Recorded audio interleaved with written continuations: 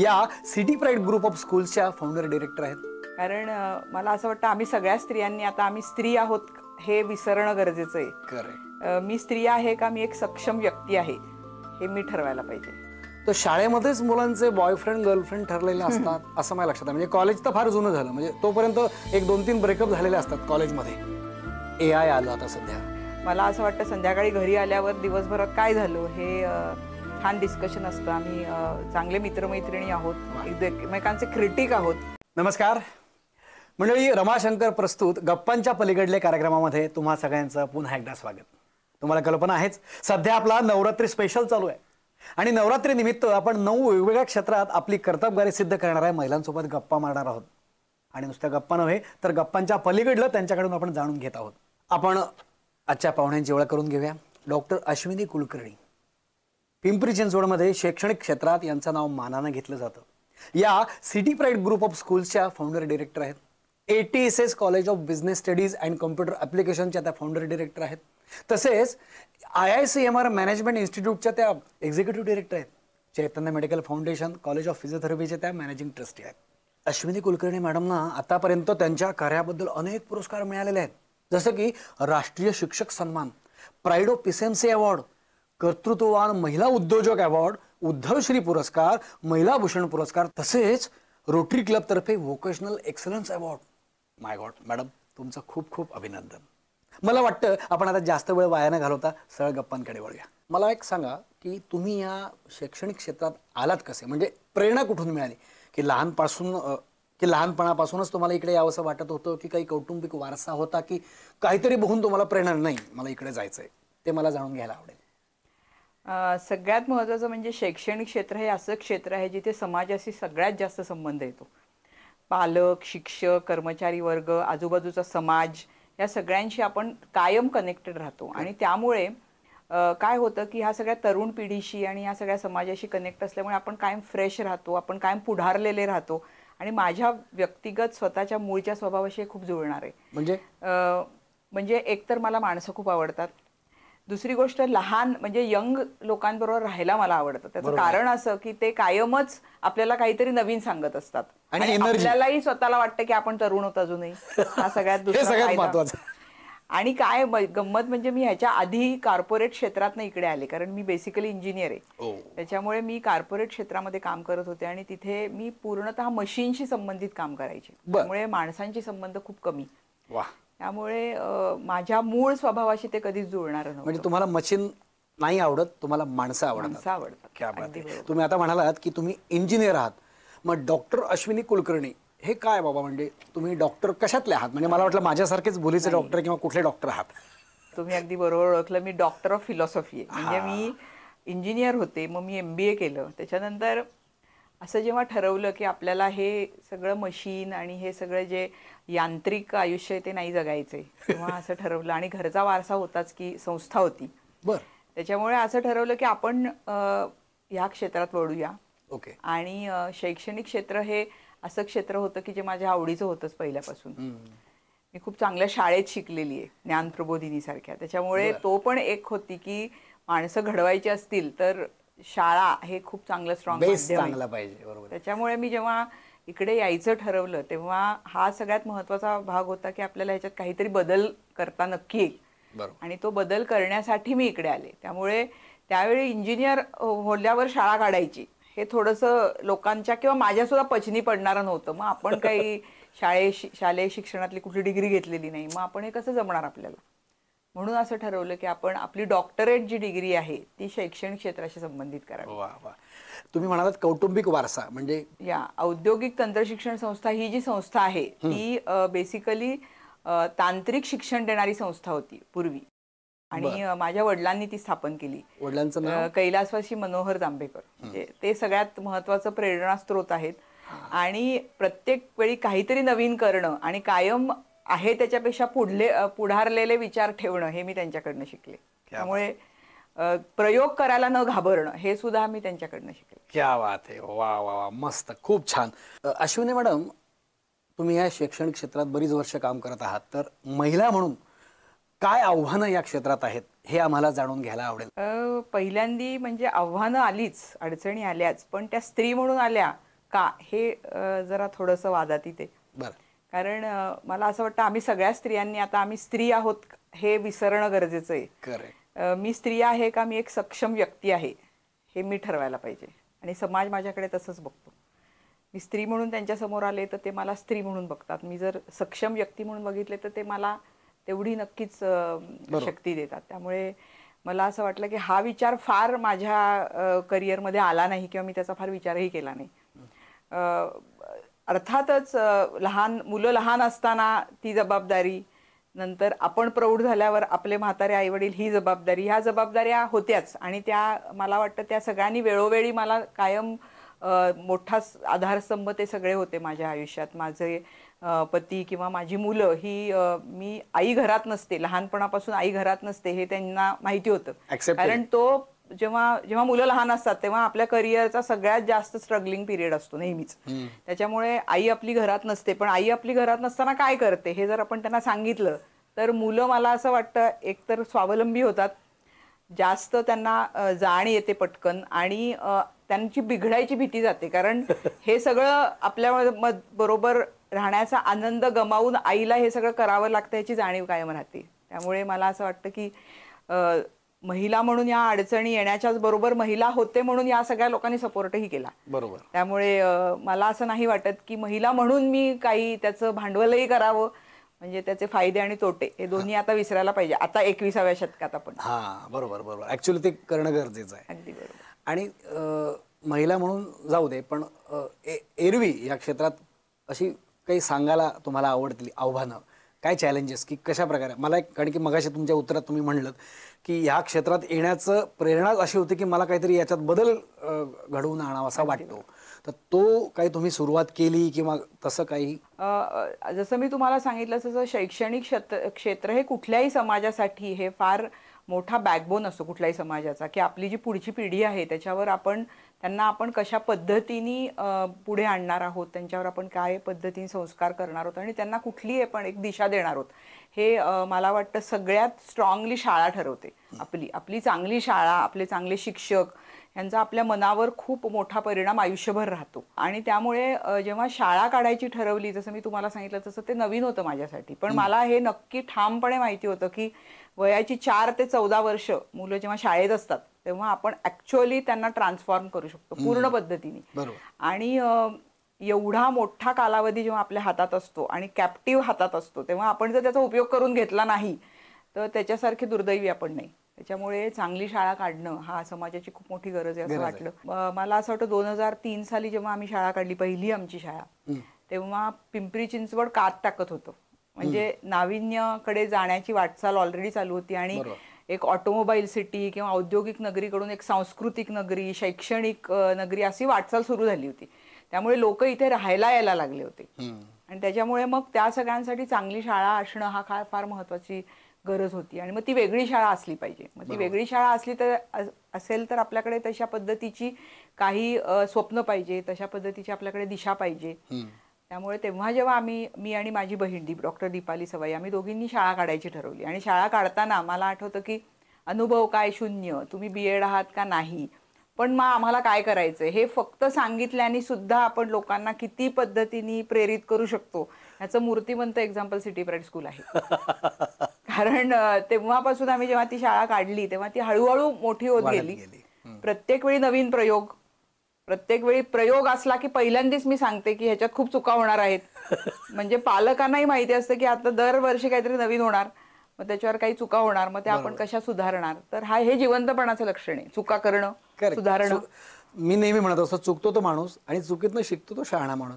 मी मुलांशी बोलताना गमतीने म्हणतो, पण तीच चूक पुन्हा करतो तो मूर्ख माणूस.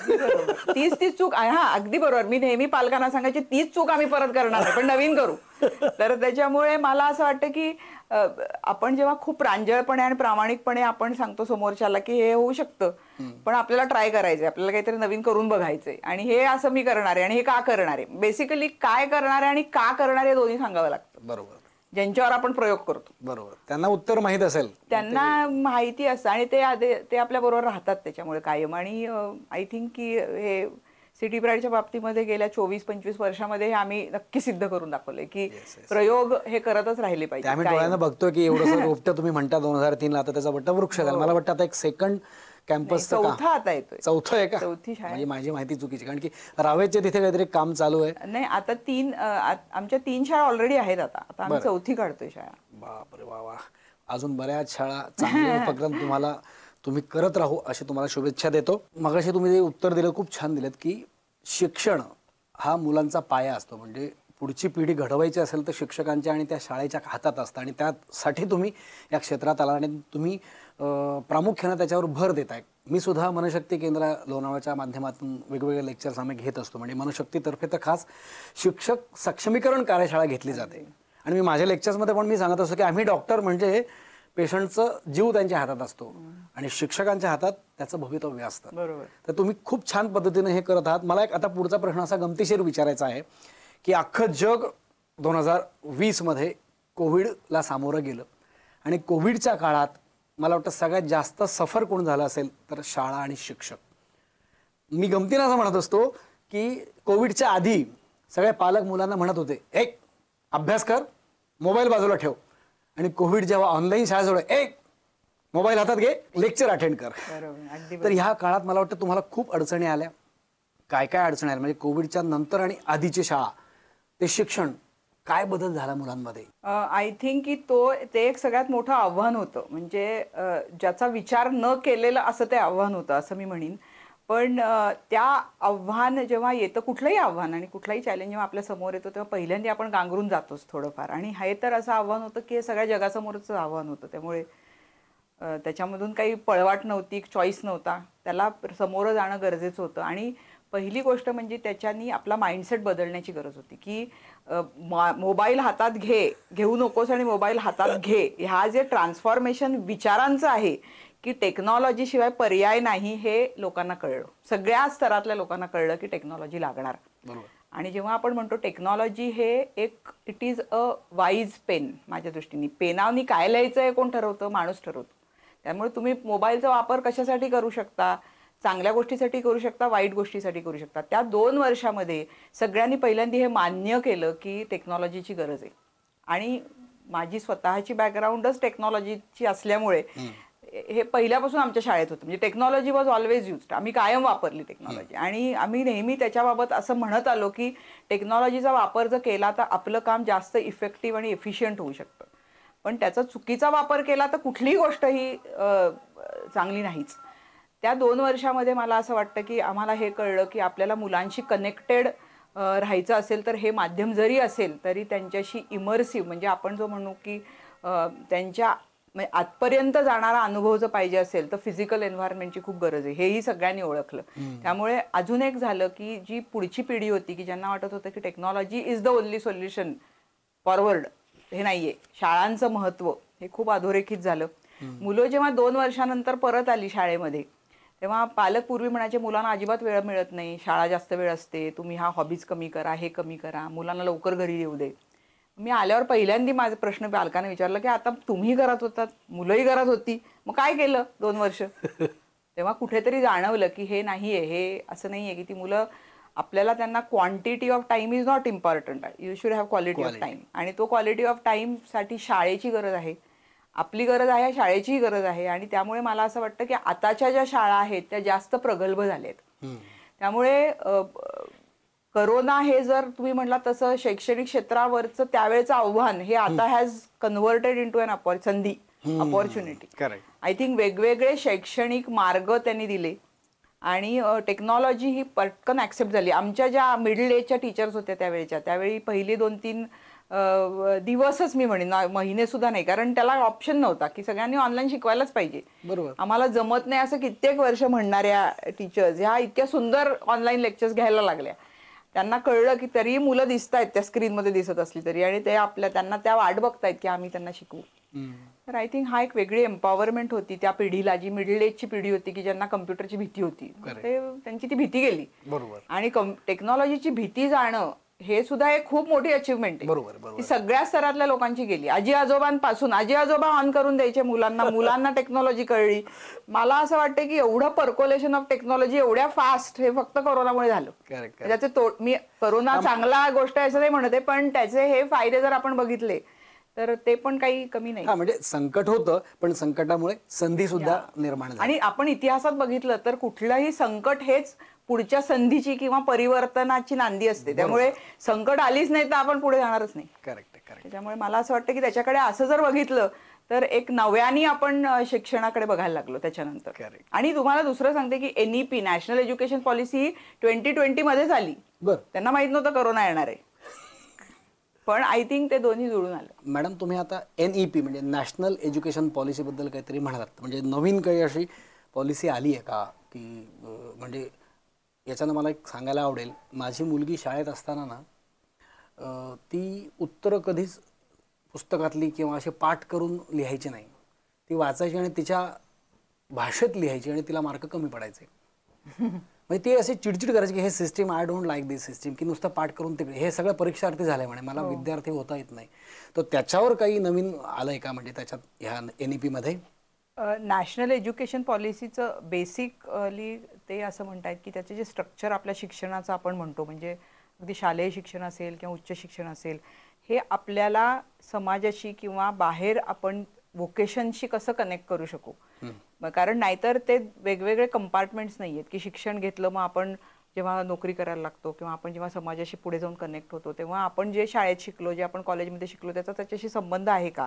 तो संबंध जोडायचा असेल तर व्होकेशनल स्किल्स ही डेव्हलप करणं शाळेपासून ही फार गरजेची आहेत. म्हणून आपल्या देशामध्ये आपण व्होकेशनल स्किल्सना तेवढं रिस्पेक्टही देत नाही आणि तेवढं महत्त्वही देत नाही. त्यामुळे कुठेतरी मला असं वाटतं की आपण घोकमपट्टी का करायला लागलो, कारण आपल्याकडे जेव्हा ब्रिटिश आले तेव्हा असं म्हटलं जायचं की क्लर्क्स तयार करायचे होते त्यांना, कारण जे त्यांच्या आयडियाज राबवू शकतील असे लोक.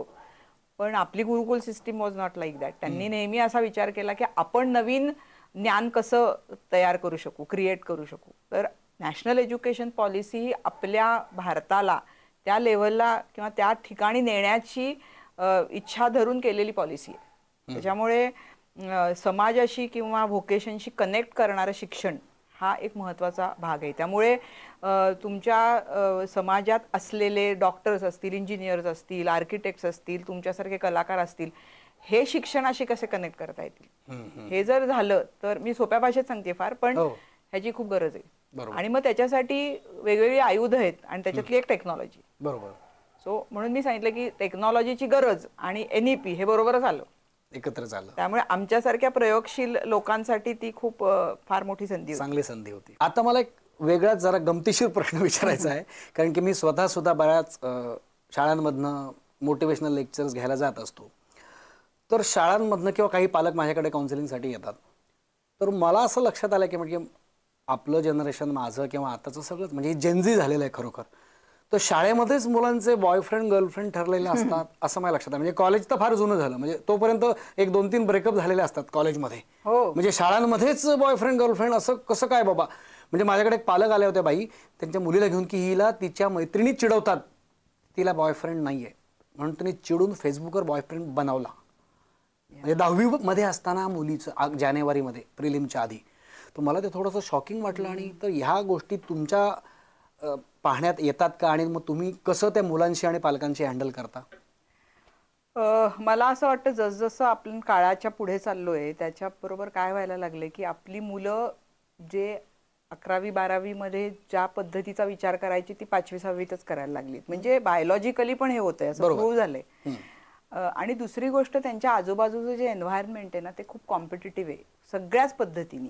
हे पिअर प्रेशर आहे की आता तुम्ही जे मला सांगितलं की मला बॉयफ्रेंड नाही, कारण कोणाला तरी आहे किंवा किंबहुना सगळ्यांना आहे आणि मला नाहीये. म्हणजे हे पिअर प्रेशर म्हणून सुद्धा की मला कोणीतरी पाहिजे आणि त्याच्यासाठी तो बॉयफ्रेंड पाहिजे, कारण नाहीतर माझ्यात काहीतरी कमी आहे. तो कमीपणा जो आहे तो त्याच्यात शोधतात मुलं. आणि मला असं वाटतं की कुठेतरी त्यांना भावनिकदृष्ट्या एकटेपण आलंय आणि त्या एकटेपणाला आय थिंक हा एक त्यांनी शोधलेला त्यांचा उपाय आहे.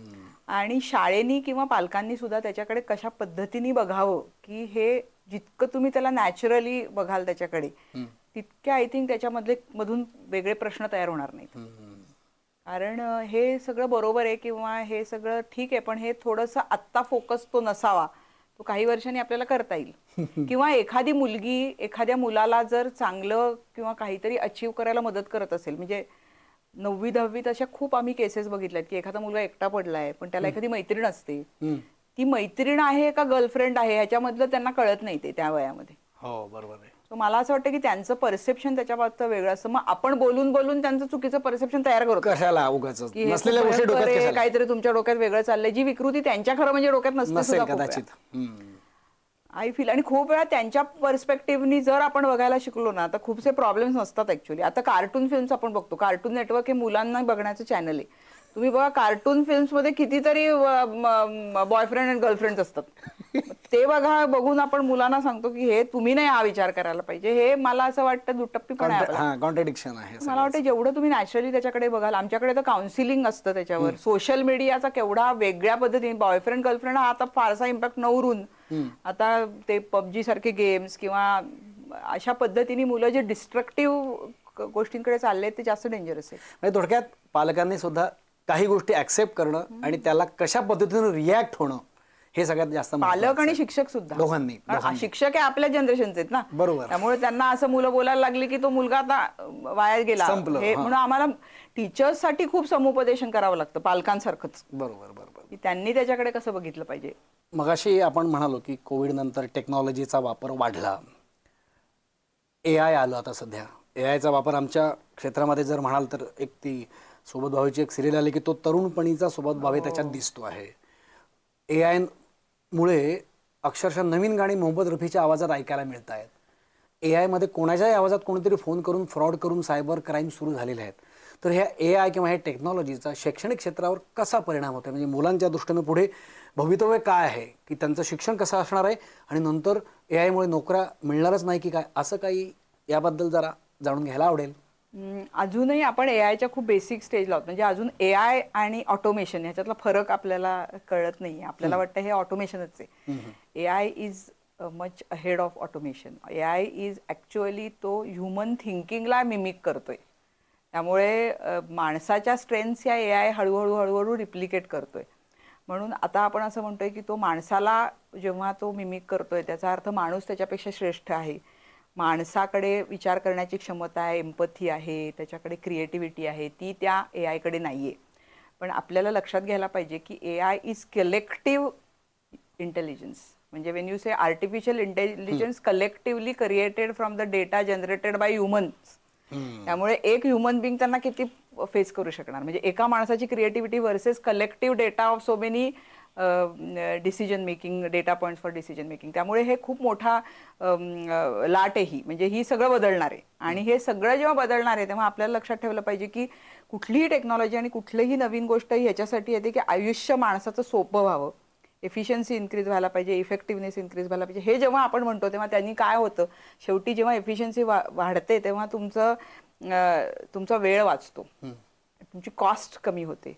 म्हणजे काय होणार आहे की आपण आत्ता जो विचार करतोय की ते मिमिक करतंय माणसाला, आज तुम्ही म्हणताय की त्यांनी सुबोध भावेला केलं किंवा शाहरुख खान आणि सगळे डीप फेक बद्दल बोलतायत. काही वर्षांनी असं होऊ शकतील की दे विल सेल राईट्स, की माझ्या इमेजचे राईट्सच मी विकून टाकले आणि मग मला म्हातारा व्हायची चिंताच नाही कारण मी कायम तरुण राहणार. म्हणजे त्याच्याकडे लोक कसं बघतील काही वर्षांनी हे आपल्याला आज सांगता येणार नाही. त्याच्यामुळे मला असं वाटतं की आज सगळ्यात महत्त्वाचं चॅलेंज आहे की आपली जी मुलं आज 10-12 वर्षाची आहेत ती जेव्हा 22 ते 20 वर्षाची होतील आणि जेव्हा ते बाहेरच्या जगामध्ये बाहेर पडतील तेव्हा पहिली गोष्ट म्हणजे त्यांच्याकडे खूप वेळ असणार आहे. त्यांच्याकडे वेळ असणार आणि पैसाही असणार आहे. म्हणजे पैसा कमी होणार नाहीये. आज 3च दिवस काम करून जर तेवढेच पैसे मिळणार असतील, तुम्हाला ऑफिसमध्ये न जाता घरूनही काम करता येत असेल, मे बी अशी सगळी जी कामं आहेत ही सगळी कामं जर पटकन झाली तर उरलेल्या 3 दिवस काय करायचं.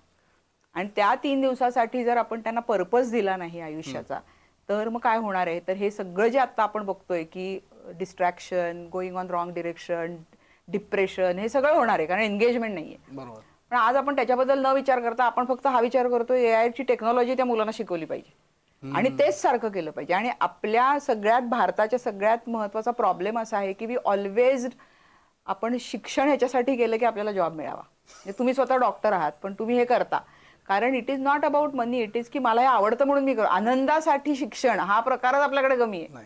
आपण शिक्षण फक्त जॉब मिळवण्यासाठी करतो, पण आता एक संधी आहे ह्याच्यामध्ये मी बघते की 3 दिवस मी पैसे मिळवण्यासाठी शिकीन आणि बाकीचे 3 दिवस मी आनंदासाठी शिकलं पाहिजे. करेक्ट. मग ते आत्ता मला शाळेमध्ये मी देतेय का? मी प्रत्येक वेळी पालक विचारतात की हे शिकून उपयोग काय, गाणं शिकून नाटक करून काय उपयोग आहे, कारण उपयोग इज कनेक्टेड टू जॉब. बरोबर. तर मला असं वाटतं की आता आपण असं हे जर पालकांना मी माझ्या सगळ्या भाषणांमध्ये सांगते की 3 दिवस मुलं काय करणार आहे ह्याची जास्त चिंता करा AI पेक्षा. त्यामुळे त्या मुलांना खेळ आला पाहिजे, त्या मुलांना गाणं आलं पाहिजे, त्यांना मनशांती आणि स्टेबल राहता आलं पाहिजे. आणि किंवा कुटुंबाशी संवाद, समाजाशी संवाद, सामाजिक बांधिलकी हे सगळं जर शाळेमध्ये शिकवलं नाही तर त्या मुलांना कळणार नाहीये की मी काय करणार आहे ह्या वेळाबरोबर आणि ह्या पैशाबरोबर. बरोबर. त्यामुळे AIचं आय थिंक त्याच्याकडे संधी म्हणून जर बघायला आपण शिकलो तर मला वाटतं की आजची जे जनरेशन आहे त्यांना दिशा मिळेल. मॅडम, आता शेवटचा प्रश्न. मगाशी एका प्रश्नाचं उत्तर देताना तुम्ही म्हणालात की हे सगळं सांभाळताना तुम्हाला कुटुंबाची खूप छान मदत होते, कुटुंब साथ देतं म्हणून सगळं मॅनेज करता येतं. पण ओव्हरऑल तुम्ही एवढा सगळा हा व्याप सांभाळताय, पण स्वतःसाठी वेळ देतं की नाही? म्हणजे स्वतःचा काही छंद किंवा कुटुंबासाठी वेळ? ॲक्च्युअली कुटुंब माझी 2 आहेत. एक म्हणजे माझ्या संस्थेतले माझे सगळे कर्मचारी, जवळजवळ 600 कर्मचारी आमच्याकडे काम करतात वेगवेगळ्या आमच्या संस्थांमध्ये. ते कुटुंब आहे. त्यामुळे ते पण एक आयुष्य आहे. पण दुसरं जे माझं स्वतःचं पर्सनल कुटुंब आहे त्याच्यामध्ये माझे मिस्टर अभय कुलकर्णी, डॉक्टर अभय कुलकर्णी, माझी 2 मुलं आणि माझ्या सासूबाई, माझी आई, माझी बहीण डॉक्टर दीपाली सवाई. हे सगळं एक एकत्रितपणे एकसंधपणे एकमेकांना सपोर्ट करणारं कुटुंब आहे. मी आणि अभय कुलकर्णी स्वतः खूप सोशली कनेक्टेड आहेत. वेगवेगळ्या ऑर्गनायझेशनशी, अशा सोशल कामातच झाली सरांची.